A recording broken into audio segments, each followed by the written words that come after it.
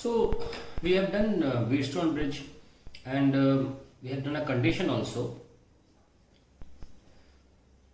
that when no current passes through this galvanometer,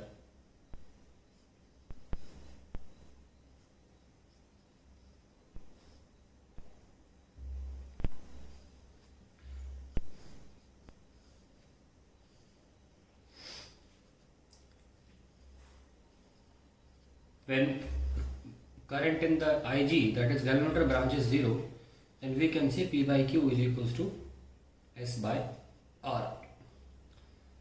P by Q is equals to S by R. Standard वे में तो यही होता है कि रेशियो आर्म्स की रेजिस्टेंस बराबर होनी चाहिए। हालांकि अगर आप क्रॉस मल्टीप्लाई करें तो ये भी कंडीशन मेंटेन की जा सकती है, इसमें कोई गलत नहीं है। मतलब P बाय S भी कर सकते हैं। अब जैसे कि मैं आपको बहुत बढ़िया चीज़ दिखाता हूँ यहाँ पे, ये इंपॉर्टेंट चीज़ है, मैं बहुत इंपॉर्टेंट बता रहा हूँ बात में, देखिए ध्यान से। मैं कुछ करने वाला हूँ, बहुत ध्यान से देखिएगा।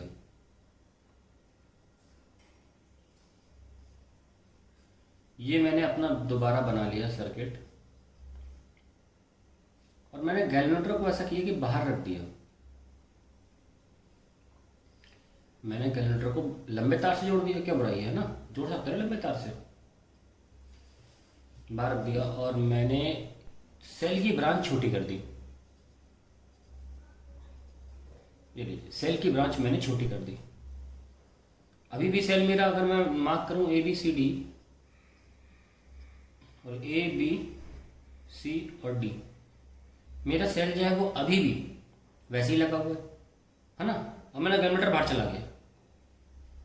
तो ऐसे में भी मैं क्या कर सकता हूं कि मैं वो रेशियो अभी भी लिख सकता हूं, जैसे कि लिखा हुआ है कि P by Q is equals to S by R लिख सकता हूं। और फिर मैं क्रॉस मल्टीप्लाई भी कर सकता हूं, P by S is equals to Q by R। तो अगर मैं ध्यान से देखूं कि एक्चुअली में बन क्या गया है सर्किट, बन ये गया है कि P बाय S यानी कि बन ये गया है कि मेरे रेशियो आर्म्स कौन है, P और S हैं। एक तरह से अगर इसी इक्वेशन को देखा जाए तो मेरे रेशियो आर्म्स कौन है, PS रेशियो आर्म्स हो गए, और QR क्या होगा, दूसरा रेशियो आर्म हो गया। यानी कि और गैल्वेनोमीटर जो है वो कहीं और लग गया है इस इक्वेशन के हिसाब से। वो जैसे पहले बैटरी लगी हुई थी, जो यहाँ और A और C का क्रॉस लगी थी, वो B और D का क्रॉस लगी हुई। एक तरह से आप दूसरा केस देख के चले, यानी कि मैं इस केस को ऐसे बोलूं कि इंटरचेंज कर रहा हूं मैं बैटरी को। मैं ऐसे बोल सकता हूं कि I am interchanging battery with galvanometer. If I do that then क्या होगा, B और D बीच में बैटरी आ जाएगी। बना के दिखाता हूँ। Suppose I am interchanging battery with galvanometer. ये बड़ा इंपॉर्टेंट क्वेश्चन है, बोर्ड एग्जाम में पूछा जाता है, वाइवास में पूछा जाता है। ABCD, तो मैंने क्या किया, मैं बैटरी को गैल्वेनोमीटर से इंटरचेंज कर दिया। तो सॉरी, यहाँ नहीं, B और D में, यहाँ मैंने बैटरी लगा दी और गैल्वेनोमीटर मैंने यहाँ कर दिया। तो अब आप जो भी इक्वेशन लिखते हो वो रेशियो आर्म्स को सोच के लिखते हो ना, P Q R और S।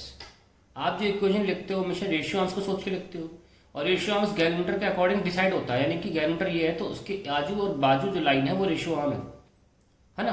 अभी गैल्वेनोमीटर कौन है, अभी गैल्वेनोमीटर AC का क्रॉस लगा है, तो रेशियो आर्म्स कौन होंगे, P और S। जैसे यहाँ देखो, यहाँ BD में गैल्वेनोमीटर लगा था, तो इस लाइन के आजू और बाजू, इस लाइन के लेफ्ट और राइट वाले को रेशियो आर्म बोला जाता है। अभी गैल्वेनोमीटर इंटरचेंज कैसे कहाँ लग गया, A और C के अक्रॉस, तो A और C लाइन के उधर P है, इधर S है। तो अब रेशियो आर्म्स कौन से हो गए, ABCD है ना, D यहाँ लिखना चाहिए था, BACD मेरे रेशियो आर्म्स हो गए। BAD एक रेशियो आर्म हो गया और BCD एक रेशियो आर्म हो गया, रेशियो बदल गए। तो उसके अकॉर्डिंग मैं लिखूंगा तो मेरा ये इक्वेशन आएगा, यस और नो। और ये इक्वेशन से फिर ये इक्वेशन भी पहुंचा जा सकता है। S को तो क्रॉस मल्टीप्लाई करना है। इसका मतलब मेरी जो व्हीटस्टोन ब्रिज की, बैलेंस्ड व्हीटस्टोन ब्रिज की जो कंडीशन है, क्या बोलते हैं, जब ये बराबर हो जाता है तो बोलते हैं व्हीटस्टोन ब्रिज बैलेंस है। ऐसा नहीं होता कि व्हीटस्टोन ब्रिज तभी बोलोगे जब करंट 0। ऐसा दिखने वाला कोई भी सर्किट व्हीटस्टोन ब्रिज है, पर वो अगर करंट 0 हो गया तो हम उसे कहते हैं बैलेंस्ड व्हीटस्टोन ब्रिज। तो मैं देखा कि अगर हम इंटरचेंज भी कर देंगे तो इक्वेशन बड़ी डिफरेंट आएगी, पर उसको बहुत सिंपली वहीं लाया जा सकता है। तो इससे कंक्लूजन ये निकलता है that if the battery and galvanometer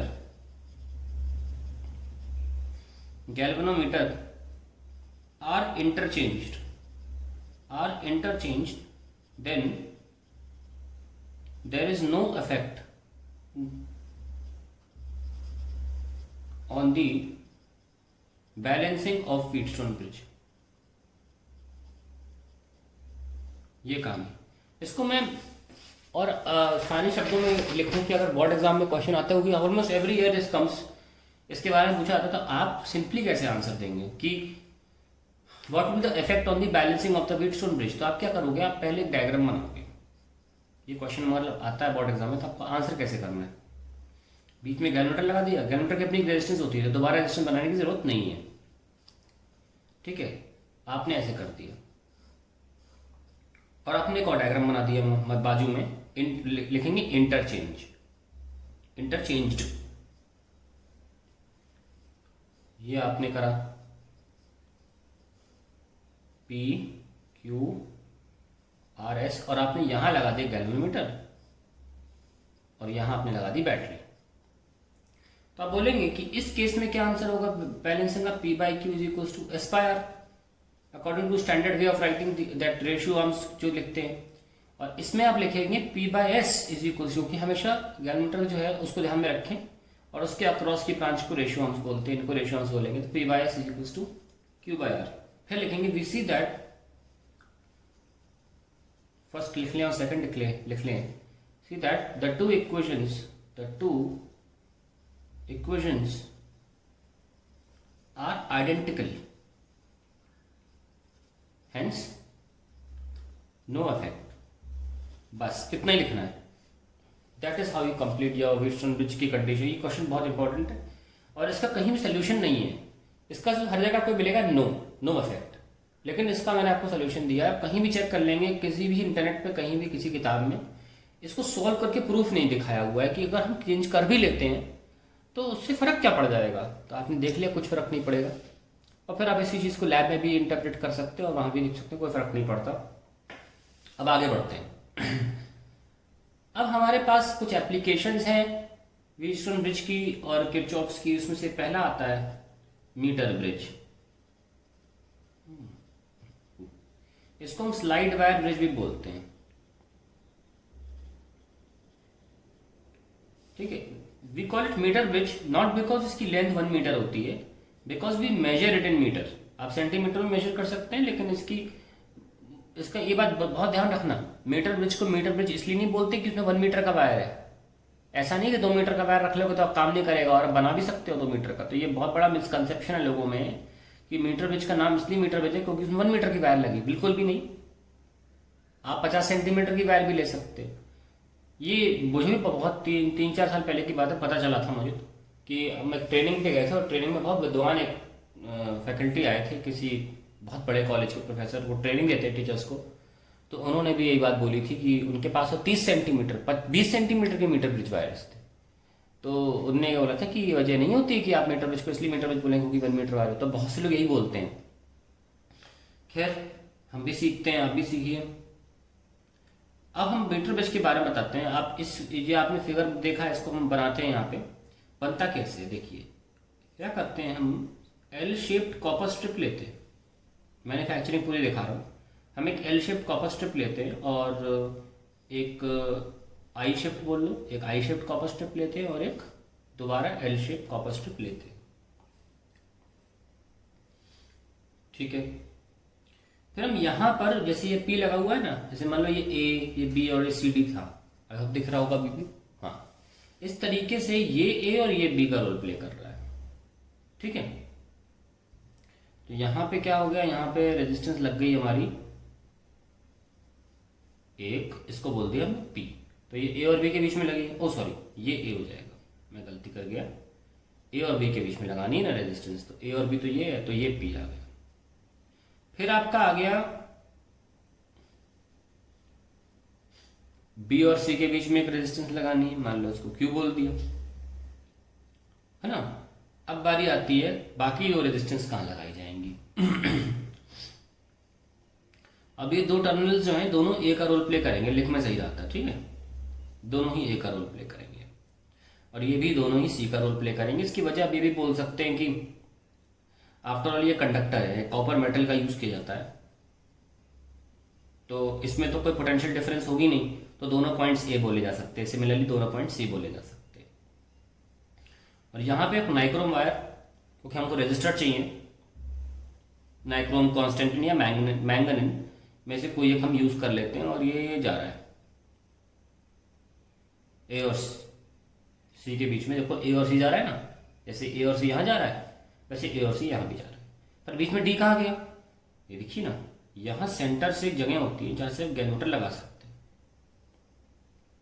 okay, अब आप देख सकते हैं कि ये भी कॉपर ही है, तो यहाँ हर एक पॉइंट बी कहलाया जा सकता है ना, इसमें तो पोटेंशियल डिफरेंस होगी नहीं क्योंकि मेटल है, क्योंकि इसमें तो पोटेंशियल हर जगह सेम रहेगी, रेजिस्टेंस तो है ही नहीं, तो हम एक तरह से बी से ही गैल्वेनोमीटर लगा रहे हैं और ये गैल्वेनोमीटर गया और कहीं पे जाके मान लीजिए हम इसको इससे जो वायर निकल रही है उससे कनेक्ट करेंगे ए और सी में।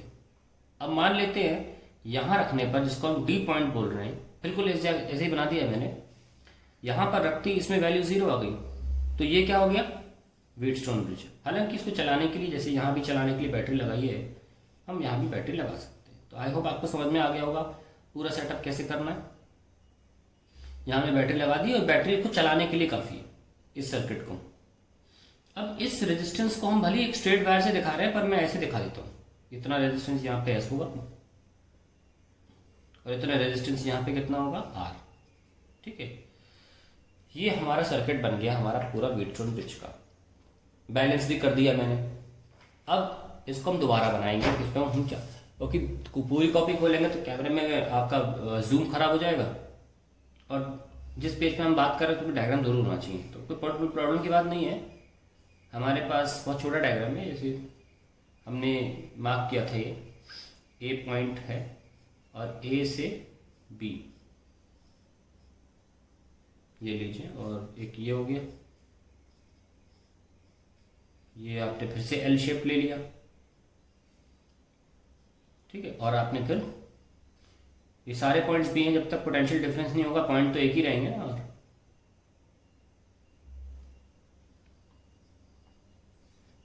ये क्या हो गया P, ये क्या हो गया Q, जैसा कि इसमें भी था, और ये स्ट्रेट वायर और ये गैल्वेनोमीटर, और ये कहीं भी जाके बैलेंस हो गया, 0 दे दिया।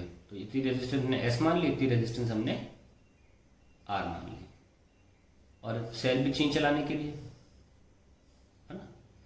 तो करंट जाता है जो भी है, अगर नोटिस करें तो करंट यहाँ भी जाएगा और यहाँ भी जाएगा ना, बिल्कुल वैसी है। तो अब देखिए यहाँ पे हो क्या रहा है, वहां तो रेजिस्टेंसेस थी ना, तो यहाँ भी रेजिस्टेंसेस है P/Q, अगर G 0 है। अभी हम ऑलरेडी व्हीटस्टोन ब्रिज में करके आए, तो यहाँ उसकी करने की जरूरत नहीं है, S/R। नाउ हम ये कह देते हैं, let the resistance per unit centimetre of wire be R, यानी कि हर 1 सेंटीमीटर पे रेजिस्टेंस जो है वो R के बराबर है। तो हम क्या बोलेंगे, इसकी यूनिट क्या होगी, R ओम पर सेंटीमीटर। तो इसको रेजिस्टेंस ग्रेडियंट भी बोला जाता है, रेजिस्टेंस ग्रेडियंट, इसको रेजिस्टेंस ग्रेडियंट भी बोलते हैं, दैट इज R। तो अगर 1 सेंटीमीटर पे रेजिस्टेंस R है, इक्वल टू नहीं लिखना चाहिए हमेशा, ट्रिपल एरो या एक एरो बना दें, ट्रिपल और या एरो, इसका मतलब इक्विवेलेंट हो जाएगा, इसका मतलब भी इक्विवेलेंट होता है। अब आप तो फिर S डिस्टेंस को हम अगर L मान ले तो L के लिए कितना होगा, L इंटू R। सिमिलरली अगर 1 सेंटीमीटर के लिए R लेते हो तो ये डिस्टेंस कितनी बची, अगर हम 1 मीटर ले रहे हैं, ठीक है, क्योंकि बोर्ड एग्जाम में आज तक 1 मीटर पे आया, 50 सेंटीमीटर पे भी क्वेश्चन आया बोर्ड एग्जाम में, पर स्टैंडर्ड हमेशा 1 मीटर पे लेते, तो हमने 100 सेंटीमीटर ले लिया। तो 100 माइनस एल के लिए क्या हो जाएगा, 100 माइनस एल इंटू आर, है ना। तो यही तो रेजिस्टेंस एस है और यही तो रेजिस्टेंस आर है, तो हम इसको यहाँ रख सकते हैं कि this L R upon 100 minus L into R, R R cancel हो गया। तो इस तरीके से आपका डेरिवेशन हो जाता है इस स्लाइड वायर ब्रिज का, ठीक है। इस तरीके से भी derive this formula. And then मान लीजिए P और Q में कोई अननोन रेजिस्टेंस है, सपोज आपके पास P P नोन है और Q अननोन है। इफ Q इज अननोन तो आप आसानी से निकाल सकते हैं कि Q की वैल्यू क्या है, P 100 minus L upon L is equals to Q। अभी पूरा का पूरा दारोमदार इस बात पे टिका हुआ है कि नल मेथड है। नल मेथड मतलब ये होता है कि आप करंट जब दौड़ रहा है उस पर कैलकुलेशन नहीं कर रहे हैं, जब करंट जीरो है तब कैलकुलेशन कर रहे हैं। और जब करंट ही जीरो हो जाएगा तो संभावना ही नहीं है गलती होने की, है ना। तो गलती इसमें होती भी नहीं है। इसमें आप 2 डेसिमल प्लेसेस तक आंसर सही सही निकाल सकते हैं अगर आप कुछ चीज़ों का ध्यान रखें। कुछ चीज़ें क्या है इसमें, पहली चीज़ तो कंडीशन ये है कि आपको अगर एक्यूरेसी अच्छी चाहिए अपने विट्सन ब्रिज में, तो पहली चीज़ ये है कि दैट द रेजिस्टेंसेस इन जितनी 4 ब्रांचेस हैं, in all 4 branches must be of same order, must be of same order. और दूसरी जो आप बहुत important condition, that the balance point should be chosen to be middle point, should be chosen to be the midpoint। Choice है, तो अगर ऐसा करेंगे तो मतलब कहने का मतलब ये आप सोच लोगे हम चूज कैसे कर दें, वहां जीरो नहीं आएगा तो क्या करेंगे। नहीं, एक्चुअली सही मायने में बहुत से प्रैक्टिकल्स ऐसे किए जाते हैं, मतलब बहुत सही तरीका ये होता है कि आप 50 पे रख दें इसको और अपना पी बदलते रहें। हमेशा ये करना चाहिए। सही तरीका प्रैक्टिकल करने का ये होता है कि आप इस वायर को 50 पे रख दें और अपने पी को बदलें। आप उल्टा भी कर सकते हो कि पी को फिक्स कर दिया, वायर को मूव कराया, लेकिन एक तो क्या होता है, वायर को मूव कराना प्रोहिबिटेड होता है। वायर को मूव कराने से आपकी एक्यूरेसी खराब होती है, इसलिए कहा जाता है कि 50 पे रख दो और पी को चेंज करो। अदरवाइज भी लोग करते हैं, उसमें गलत नहीं है, वहां उसमें एक्यूरेसी नहीं है, लेकिन बस इतनी सी बात है। तो अब इस बात को साबित कैसे किया जाए कि 50 सेंटीमीटर पर ही आपको एक्यूरेट रिजल्ट मिलेगा।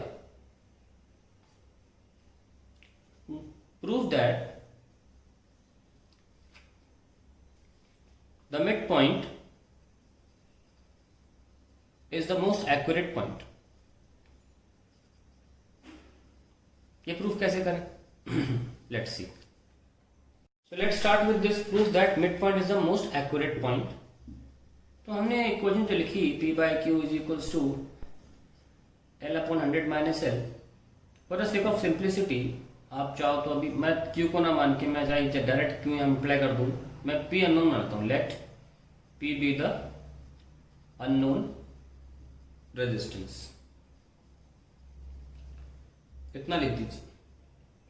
अब देखिए आप क्या करें, आप Q भी ले लो कोई फर्क नहीं पड़ता। आप जब आप डेरिवेशन देखेंगे तो क्लियर हो जाएगा आपको कि मैं क्यों कह रहा हूँ, कुछ भी ले लो। लॉग मैं बोथ साइड लॉग लगा रहा हूँ, बोथ साइड्स। यहाँ एक स्टेप लिख देता हूँ, log P by Q is equal to log of. तो यहाँ के बाद क्या हो जाएगा, log P minus log Q is log 100 minus log of 100 minus L। अब मैं बोथ साइड डिफ्रेंशिएट करूंगा, किसके रिस्पेक्ट में, जो चीज बदलती है। इसमें L बदल सकता है ना, तो L के रिस्पेक्ट में करूंगा बोथ साइड्स। सो डिफ्रेंशिएटिंग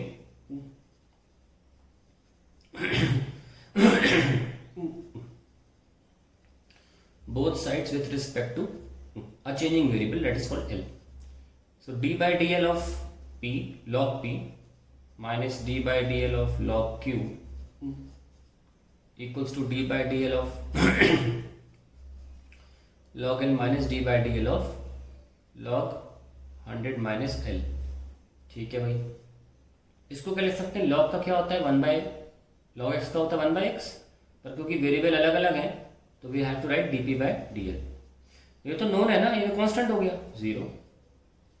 log l का क्या हुआ 1 by l। अगर डिफरेंट होते लेटर्स तो हम वो लिखते, जैसे यहाँ लिख रहे हैं 100 माइनस एल का भी नीचे आ जाएगा 100 माइनस एल, और माइनस एल का होगा -1, that is it. So we got dp by p into 1 by dl, ऐसे लिख सकते हैं। और ये 1 by l और ये माइनस माइनस प्लस हो जाएगा 1 अपॉन 100 माइनस एल ना। अगर मैं dp by p को इधर रखे रहूं और इसका एलसीएम ले लूं 100 minus L plus L upon L into 100 minus L into D L, ये मैं ऐसे कर लूँ क्रॉस मल्टीप्लाई। अब 11वीं क्लास में आपको कुछ तो याद होगा कि आपको याद होगा डेल्टा ए बाई ए क्या था, रिलेटिव एरर है ना। एक तरह से एरर थी। अब गुणा कर दोगे 100 से तो परसेंटेज एरर हो जाएगी। और अगर आप p को यहाँ भेज दोगे तो भी एरर ही रहेगा ना। अगर आप dp इक्वल्स टू लिख देते हो 100, ये तो कैंसिल हो गया, 100 upon l, 100 minus l into P D L, ठीक है, तो भी ये एरर तो है ना। अब अगर आप चाहते हो कि एरर आपकी मिनिमम हो, आपकी एरर मिनिमम हो, तो आप चाहोगे कि आपका डिनोमिनेटर क्या होना चाहिए, maximum. So for error to be minimum denominator must be maximum, है ना। तो यानी कि मैक्सिमाइज करने के, सबको पता है 12वीं क्लास में सब आ गए, क्या करना पड़ता है मैक्सिमाइज करने के लिए, डिफरेंशिएट करके जीरो। तो D by D L of denominator को हम जीरो कर देंगे, यानी कि D by D L of 100l minus L square को जीरो कर दिया। करो डिफरेंशिएट, कितना, 100l का 100 हो जाएगा और एल स्क्वायर का 2l इक्वल्स टू जीरो। तो क्या है l, 50। अगर आपने 100 की जगह कैपिटल L लिया होता, x लिया होता, तो x/2 आता। सो आप देख सकते हैं कि ये हमारा एक्सप्रेशन आ गया है। डिफरेंशिएट करके हमने जब जीरो किया तो हमें L 50 आ गया, आधा। तो हमने पूरी एनालिसिस जो करी, इसको ध्यान रखिएगा, बहुत अच्छी एनालिसिस है। कोई बार बार पूछेगा, आप बोल सकते हैं सर डिफरेंशिएट करके इसे निकाला जा सकता है, इसका मैथमेटिकल प्रूफ है। So that is how you prove that 50 centimetre पे आपका मीटर ब्रिज बेस्ट आंसर दे सकता है, एक्यूरेसी मैक्सिमम होती है। इसका मैथमेटिकल प्रूफ आपके सामने। अब हम बात करते हैं application of metre bridge. Mostly 3 application होती हैं इसकी स्टैंडर्ड। पहली होती है to find the unknown resistance, जिस पे हम काम कर चुके हैं, to find the unknown resistance. दूसरा होता है to compare the EMF of cell. और तीसरा होता है to find the temperature of the unknown temperature, to find the unknown temperature. मैं पहले दिखा चुका हूं, तब से वही कर रहे हैं। पहले का फॉर्मूला चाहो लिख दूं, अगर यह P अननोन है तो L/100 minus L into Q से हम निकाल सकते हैं। दूसरा कैसे करना है, सर्किट बना लीजिए दोबारा, मैं बहुत रफ सर्किट बनाऊंगा, अंडरस्टूड होगा वो।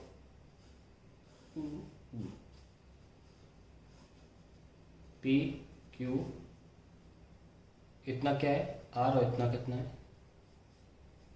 R और ये S लिया था मैंने, नहीं तो आप कंफ्यूज हो जाएंगे, पीछे से नहीं आएगा answer. So when you write just take a battery to work this out. अब आप कंपेयर कर रहे हो तो आपने पहले Q लगा के अननोन रेजिस्टेंस है आपने कर लिया, और यहाँ पे भी एक रेजिस्टेंस लगा लो ऐसे, और स्विच के साथ लगा लो, उसे ऑफ रखो, ठीक है। और यहाँ भी एक स्विच होना चाहिए ताकि आप जब इसे ऑन करना चाहो तो इसे ऑफ कर देना। तो 2 रेजिस्टेंस लगा के आप ऐसा काम कर सकते हो। मान लो इसको X बोल दिया आपने, तो जब आप P के साथ करोगे तो आप, अभी तो Q अननोन ले लिया ना मैंने, तो P/Q पहली रीडिंग आएगी, P/Q will be S/R, so your Q will be PR/S, ये फर्स्ट होगा। फिर आप क्या कर सकते हो, P/X, आपने क्या किया, Q को ओपन कर दिया स्विच को और X को कनेक्ट कर दिया, तो अब X सर्किट में आ जाएगा, तो P/X इज S/R बाय सम, जो भी आपकी यहाँ पे चेंज होती है value. I should be writing that value actually, instead of S/R I can also write L1 ना, अपॉन 100 माइनस L1। तो I can write Q is equals to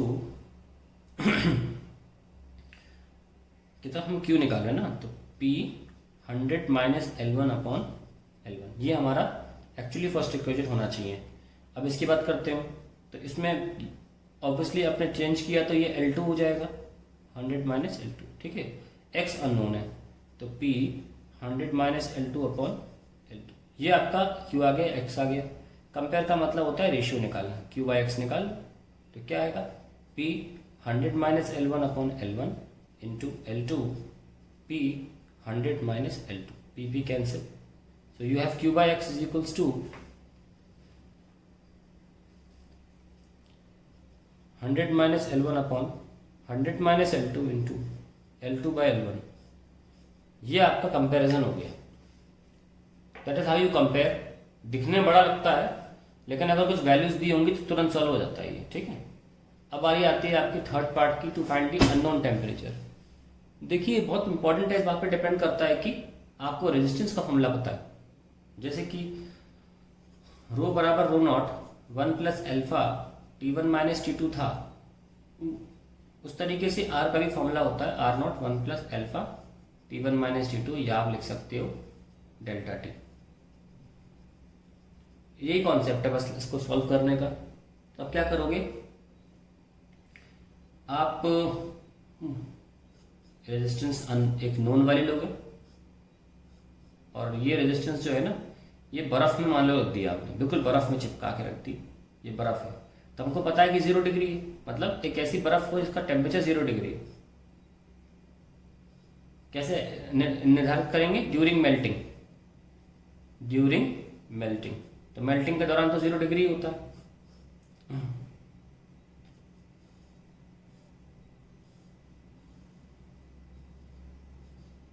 तो ड्यूरिंग मेल्टिंग आपने क्या किया, ये एस है और ये आर है, मैं इसको एल बोल लेता हूँ, उसको 100 - एल बोल लूंगा, आप थिंक कोई फर्क नहीं पड़ेगा इस बात से। तो P/R 0, हमने क्या किया, रेजिस्टेंस निकाल ली 0 डिग्री सेंटीग्रेड पे ना, is equals to L/100 - L, ये फर्स्ट इक्वेशन हो गई। तो इससे क्या पता चला हमें आर नॉट पता चल गया P 100 - L/L। What we come to resistance at 0 degree, resistance at 0 degree C, ये हमने पता लगा ली। अब मान लीजिए जो अननोन टेम्परेचर पता लगाना था, बाल्टी में मान लो पानी रखा हो, पता लगाना हो कि क्या टेम्परेचर है या किसी भी चीज़ का, अब उसमें क्या करोगे, काफ़ी देर तक, मान लो 20 मिनट तक आप अपने रेजिस्टेंस को डुबो के रख दोगे, जो भी मटेरियल हो उसमें, और फिर तुरंत उसको सर्किट से लगा के सॉल्व करोगे, क्योंकि उसमें जब 20-25 मिनट या 15 मिनट 10 मिनट रखोगे तो वो टेम्परेचर अटेंड कर लेगा पानी का या लिक्विड का, जो भी लिक्विड आप निकालना चाहते हो उसका टेम्परेचर क्या है, थर्मोमीटर नहीं है तो। और फिर जब आप उसको तुरंत सर्किट में लगाओगे तो काफ़ी देर, मैं 5 मिनट भी लेके चलूँ अगर, वो टेम्परेचर मेंटेन रखेगा या आसपास रखेगा। तो अब ये जो है, मान लो टेम्परेचर T है, तो इसको मैं RT बोल लेता हूँ, ठीक है। फिर वही सर्किट लगेगा और बैटरी लगानी पड़ेगी चलाने के लिए, ये गैल्वेनोमीटर, और अब जो डिस्टेंस ऑब्वियसली कुछ और आना चाहिए 100 - L2। तो अब आप क्या कर सकते हो,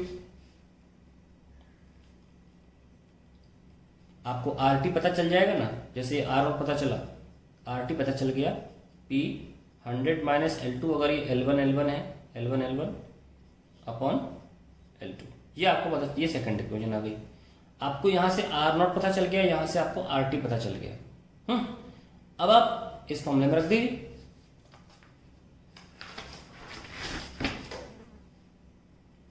सो now you can write RT is equals to R nought 1+α delta T, क्योंकि आपने 0 यूज किया था तो आपके लिए और आसान हो जाएगा, T - 0, so R nought 1+α T, that is the answer.